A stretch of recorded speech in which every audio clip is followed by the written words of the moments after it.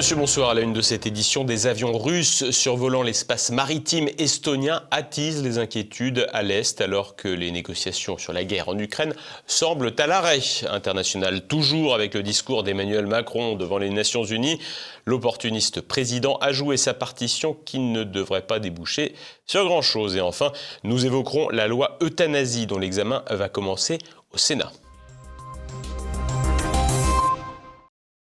Les tensions entre les Européens et la Russie ont encore augmenté ces derniers jours avec la présence d'un avion russe survolant l'espace maritime de l'Estonie, une situation qui intervient alors que les négociations sur la guerre en Ukraine sont toujours au point mort et que Volodymyr Zelensky rencontre Donald Trump à New York. Nicolas de Lamberterie.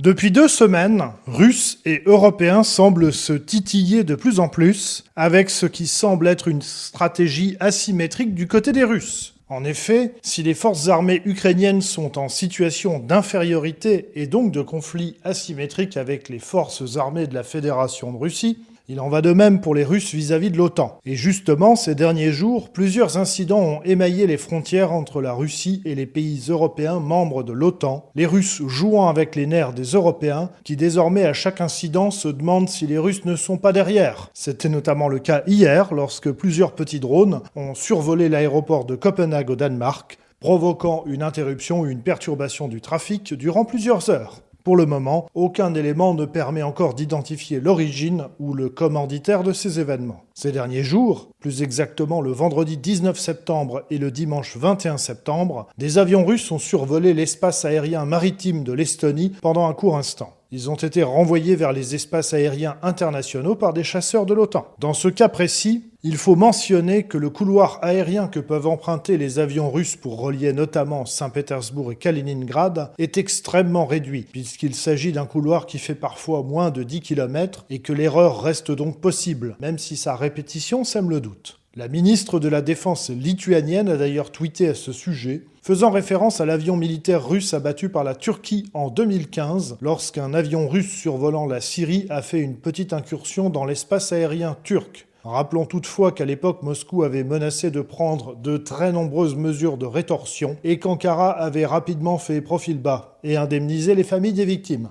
Reste à voir si, en cas de situation réelle, la ministre de la Défense lituanienne donnerait l'ordre d'abattre un avion russe. Et il y a une semaine, un drone russe a survolé la Roumanie pendant un peu moins d'1 heure. En clair, il s'agit là de toute une série d'incidents imputés à la Russie qui a commencé dans la nuit du 9 au 10 septembre lorsqu'une vingtaine de drones non armés ont pénétré, parfois en profondeur, le territoire polonais, mettant le pays et ses alliés de l'OTAN en alerte et amenant à l'abattage de ces drones par des missiles autrement plus onéreux que le coût limité de fabrication de ces drones. Selon le journaliste polonais Sébastien Mewisen, même si l'origine russe des drones n'est pas à interroger, certains détails soulèvent jusqu'à aujourd'hui des questions et suscitent des tensions dans la société polonaise. En ce qui concerne les drones qui sont rentrés dans l'espace aérien polonais illégalement et qui ont été rapidement abattus, la version officielle persiste, c'est-à-dire que c'était un acte de la Russie qui voulait tester les capacités organisationnelles et de défense de la Pologne. Ce qui n'empêche pas qu'il reste toute une série de questions. Le problème actuellement dans la société polonaise est que le débat autour de ces questions est rendu difficile, comme dans les premiers mois de l'invasion russe sur l'Ukraine, où toute question un petit peu allant à l'encontre de ce qu'on appelle le mainstream est rapidement classifiée comme étant de la désinformation ou de la propagande du Kremlin, etc. Souvent de la part de journalistes qui n'ont aucune sympathie pro-russe, simplement qui essayent de voir avec un petit peu de recul quels sont les tenants et aboutissants d'une situation. Le doute persiste notamment en ce qui concerne le contexte exact de l'arrivée de ces drones. Certains observateurs osent soulever la question de savoir s'il ne s'agissait pas, du moins en partie, d'une provocation ukrainienne. On se souvient en Pologne qu'il y a 3 ans, un missile russe avait été abattu par le système de défense ukrainien et accidentellement un débris est donc tombé du côté polonais de la frontière polono-ukrainienne, tuant 2 citoyens polonais. D'ailleurs, dans les derniers jours, l'ancien président Andrzej Duda a admis qu'il avait conscience du fait que le président Zelensky voulait à tout prix convaincre la Pologne de s'engager dans la guerre aux côtés de l'Ukraine. Et que donc l'action en question avec la fusée avait également servi à ça notamment. Une autre question qui se pose est de savoir comment des petits drones inoffensifs viennent à parcourir plusieurs centaines de kilomètres, voire parfois jusqu'à 1000 kilomètres. On a aussi appris que les services de défense biélorusses ont informé la Pologne du fait que des objets non identifiés s'approchaient de sa frontière. On ne connaît pas la raison pour laquelle Minsk a pensé que c'était bon d'informer Varsovie de cette situation. Beaucoup de questions, comme je l'ai dit, restent sans réponse. L'une des hypothèses que l'on peut avancer est que la Russie cherche à tester la réaction des Européens, mais aussi des Américains, et pourrait en outre chercher à évaluer les tensions internes que cela génère dans les sociétés occidentales, mais aussi, et peut-être surtout, avoir pour but que les pays occidentaux détournent une partie des moyens qu'ils mettent au service des forces armées ukrainiennes et qu'ils consacreraient à leur propre défense. Car même si la ligne de front ne bouge quasiment pas, à l'exception d'un village dans l'oblast de Dniepopetrovsk qui aurait été ce dimanche conquis par les forces armées russes, en revanche, les bombardements russes sur l'Ukraine se poursuivent et ont notamment fortement perturbé le trafic ferroviaire ces derniers jours. Et c'est dans ce contexte que Donald Trump va ce soir échanger en personne avec Volodymyr Zelensky, en marge des réunions qui ont actuellement lieu aux Nations Unies à New York, sans que l'on sache si des éléments significatifs vont en ressortir. Tant Donald Trump, malgré sa déception affichée publiquement de ne pas être parvenu à régler le conflit russo-ukrainien, ne semble pas mettre cette question parmi ses priorités. En effet, pour Trump, la priorité reste la sauvegarde du dollar et l'affrontement économique avec les géants asiatiques. Et pour lui, les Européens ne sont que des supplétifs qu'il devrait s'efforcer de racketter ou d'essayer d'envoyer en éclaireur contre l'Inde et la Chine. Et pendant ce temps, inexorablement, depuis plus de 3 ans et demi, le conflit russo-ukrainien se poursuit. Emmanuel Macron joue la carte palestinienne. Le président, bien à la peine en politique nationale, tente de se refaire la cerise aux États-Unis, encore raté. Pour la paix entre le peuple israélien et le peuple palestinien, je déclare que la France reconnaît aujourd'hui l'État de Palestine. Le ton est grave et surjoué. Le président de la dette a parlé. Emmanuel Macron a tenu son discours sur la reconnaissance de l'État palestinien et Paris a donc reconnu l'existence de cet État, à l'instar du Royaume-Uni, du Canada, de l'Australie et du Portugal. La veille, lundi, c'est aux côtés de la Belgique, du Luxembourg, de Malte, d'Andorre et de Monaco que se trouvait donc Paris. La démarche d'Emmanuel Macron n'est ainsi pas isolée. Évidemment, le discours présidentiel se voulait équilibré avec une demande appuyée de paix dans la région avec autant de précautions que possible pour ne pas trop froisser Israël. Le temps est venu de libérer les 48 otages détenus par le Hamas. Le temps est venu d'arrêter la guerre, les bombardements à Gaza, les massacres et les populations en fuite.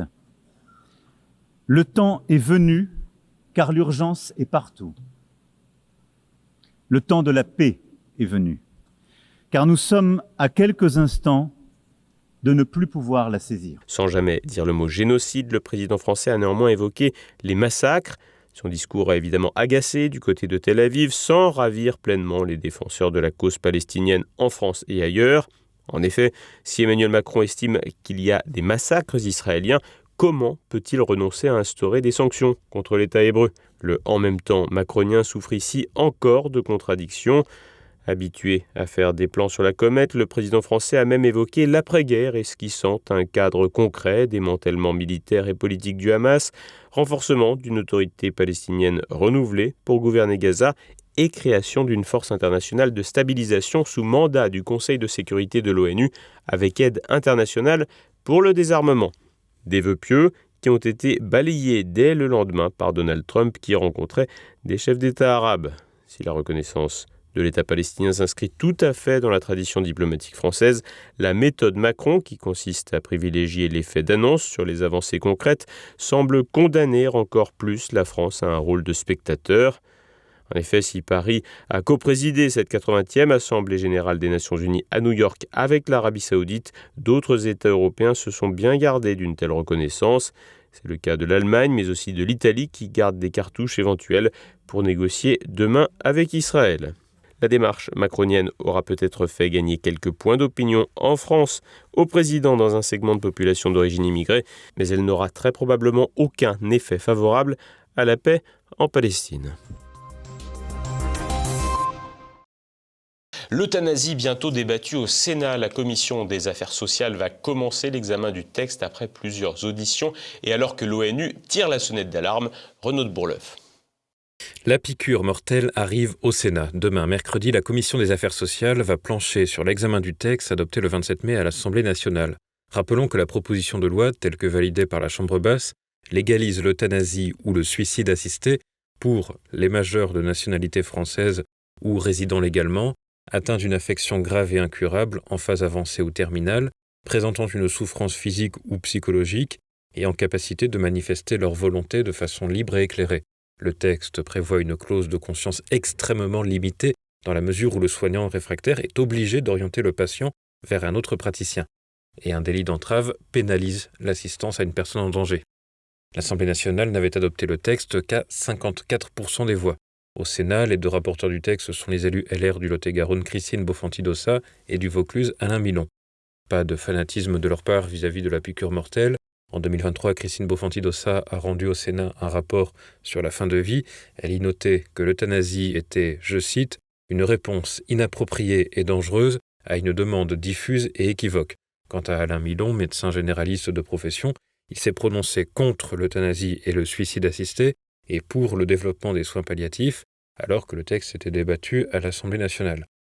En amont de l'examen du texte, les anciens députés LR Jean Leonetti et PS Alain Claes, déjà co-auteurs d'une loi autorisant l'euthanasie passive de façon déguisée depuis 2016, ont été auditionnés par la Commission des affaires sociales. Des partisans et des opposants à l'euthanasie ont été entendus, d'une part l'association pour le droit de mourir dans la dignité, Lobby Pro-Euthanasie, et d'autre part des mouvements Pro-Vie, Alliance Vita et la Fondation Jérôme Lejeune. Jean-Marie Leméné, président de la Fondation Jérôme Lejeune, est revenu sur son audition au Sénat le 4 septembre. Ils nous ont écouté, le président des affaires sociales, la commission des affaires sociales, c'est M. Alain Milon, qui a été très, très à l'écoute. Donc on a eu le temps vraiment de développer notre point de vue et nos arguments, même si l'audition n'a pas duré très longtemps, ça a duré 3/4 d'heure, mais on a eu largement le temps d'exposer notre point de vue en insistant particulièrement sur notre spécificité à la Fondation Jérôme Lejeune, qui est de s'occuper de personnes porteuses de handicap et singulièrement d'un handicap intellectuel qui peut évidemment entacher le consentement exigé normalement pour se faire euthanasier. Un point a été largement ignoré par la majorité des médias. En juin, le Comité des droits des personnes handicapées de l'ONU a pointé un risque d'une violation du devoir de respecter, protéger et garantir le droit à la vie des personnes handicapées. Le ministre délégué chargé des personnes handicapées, Charlotte Parmentier-Lecocq, a répondu sans donner de satisfaction. Le 10 septembre, le comité de l'ONU confirmait ses inquiétudes et demandait à la France une réévaluation complète de la compatibilité du texte de loi avec la Convention, plus précisément avec les articles sur le droit à la vie, la protection contre l'exploitation, la violence et les abus, ainsi que la protection de l'intégrité de la personne. Alors cette affaire a commencé à un moment où la ministre des Personnes handicapées a semblé partager que un projet de loi, une proposition de texte sur l'euthanasie, n'était pas du tout incompatible avec la Convention internationale sur le droit des personnes handicapées. Évidemment, c'est faux. Dans cette Convention sur le droit des personnes handicapées, Convention de l'ONU, on ne trouve absolument pas mention d'un quelque droit à l'euthanasie ou au suicide assisté. Donc en fait, c'est en partant de ce constat que nous avons signalé cela à la Commission représentative des personnes porteuses de handicap à l'ONU. Madame Parmentier-Lecocq a été amenée à s'exprimer au nom du gouvernement français. Alors, elle l'a fait de manière totalement dilatoire, elle n'a pas du tout répondu aux interrogations de l'ONU. Et donc, c'est une réponse très politique et qui finalement se résume à quelque chose d'assez triste, c'est que l'ONU l'interroge sur l'euthanasie et le suicide assisté, et elle répond, le gouvernement français a fait le choix de ne pas utiliser les termes euthanasie et suicide assisté, mais de préférer des termes qui sont des euphémismes en fait. Alors évidemment, partant de là, si on ne parle pas des mêmes choses, si on n'utilise pas les bons termes, c'est très facile de botter en touche, et c'est ce qu'a fait la ministre, mais je pense que le comité des personnes handicapées n'est pas dupe.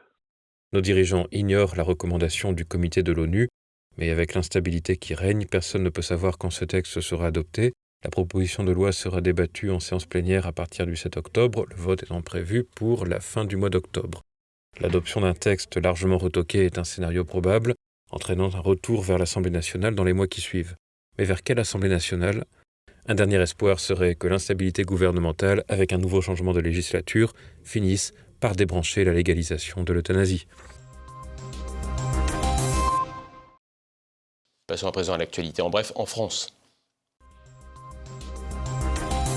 Une presse nourrie par l'argent de vos impôts qui ne fait pas profiter ses salariés. Lundi, des employés du journal Le Parisien ont manifesté devant le siège du groupe Les Échos Le Parisien, filiale de LVMH. Ils reprochent une tendance à la précarisation, concrétisée par le remplacement de nombreux départs par des CDD ou des piges. Ils réclament 17 remplacements en CDI. Un autre enjeu de la manifestation concerne les rumeurs, toujours démenties, quant à un rachat du quotidien Le Parisien par l'homme d'affaires Vincent Bolloré. Ces journalistes craignent de devoir se soumettre à une ligne éditoriale différente de leurs opinions.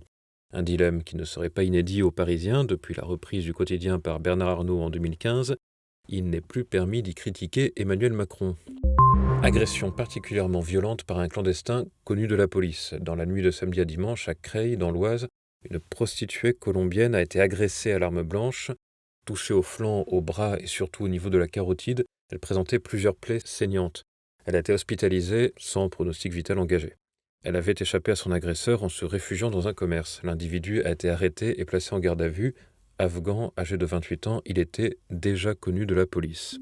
Des coopératives agricoles enracinées dans la mondialisation. Lundi, Agrial et Terrena ont annoncé un rapprochement stratégique pour fonder un géant de l'agroalimentaire français.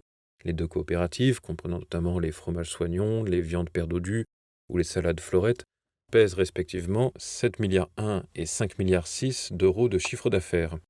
L'enjeu est de faire face à la concurrence mondiale, un modèle reposant sur une agriculture industrielle dans lequel les agriculteurs adhérents auront de moins en moins de marge de manœuvre. Nouveau supporter pour Jean-Michel Aulas. Lundi, l'homme d'affaires candidat à la mairie de Lyon a reçu le soutien de l'ancien Premier ministre Gabriel Attal. Rien de surprenant vu la proximité passée de l'ancien propriétaire de l'OL avec Gérard Collomb, le maire socialiste devenu soutien de la première heure d'Emmanuel Macron dès 2016.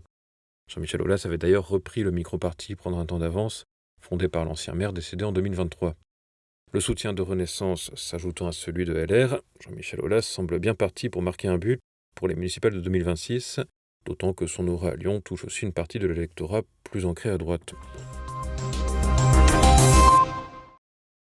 L'actualité internationale en bref. Donald Trump, désormais en guerre contre le paracétamol. Le président américain a tenu une conférence de presse à la Maison-Blanche lundi et a affirmé avoir trouvé une réponse à l'autisme. Il a fortement déconseillé le paracétamol aux femmes enceintes, l'associant à un risque élevé de ce trouble chez l'enfant et exhorté à ne pas en donner aux bébés. Son ministre de la Santé, Robert Kennedy Jr., a relayé ses propos accusant une épidémie d'autisme liée à ce médicament courant. Donald Trump a également profité de cette prise de parole pour remettre en cause les obligations vaccinales. États-Unis toujours, mais une autre maladie a éradiqué cette fois avec le président qui a signé un décret classant le mouvement Antifa comme une organisation terroriste domestique après l'assassinat de Charlie Kirk. La mouvance Antifa, qui puise ses racines dans l'anarchisme et vise à combattre tous ceux qu'elle considère comme fascistes, est envisagée par la Maison-Blanche comme un terrorisme intérieur de gauche, bien qu'aucune liste officielle d'organisations terroristes nationales n'existe aux États-Unis. À Charlottesville, en Virginie, en 2017, une attaque de milices antifascistes avait provoqué la mort d'une personne. Le suspect de l'assassinat de Charlie Kirk, Tyler Robinson, est présenté comme un extrémiste de gauche. Ce décret, sans cadre légal clair, suscite néanmoins des débats sur la liberté d'expression.